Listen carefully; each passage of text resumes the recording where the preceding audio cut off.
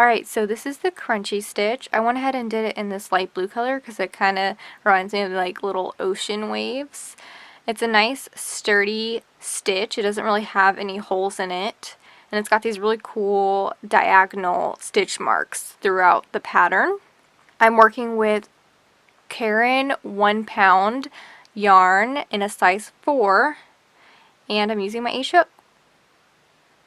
Alright, so to get started, you're going to need to chain an even amount of stitches. I went ahead and did 14. So go ahead and turn your work.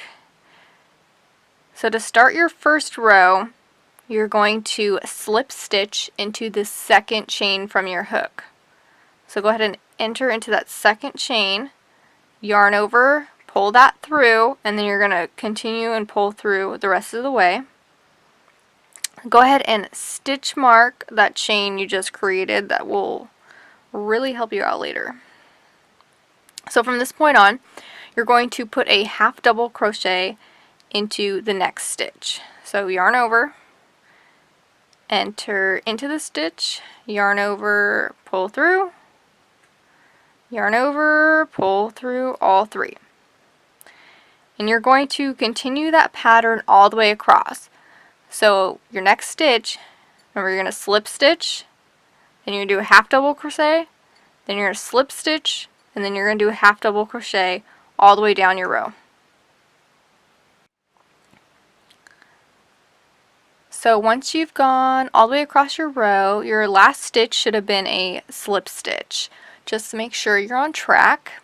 I used to mess up all the time until I started using stitch markers. So go ahead and stitch mark that last slip stitch that you just created.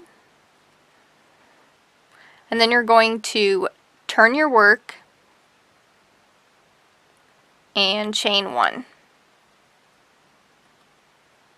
So for your next row, you're actually going to skip that stitch that we just stitch marked, and you're going to start with a slip stitch again into the next stitch, which you might want to take out that stitch marker.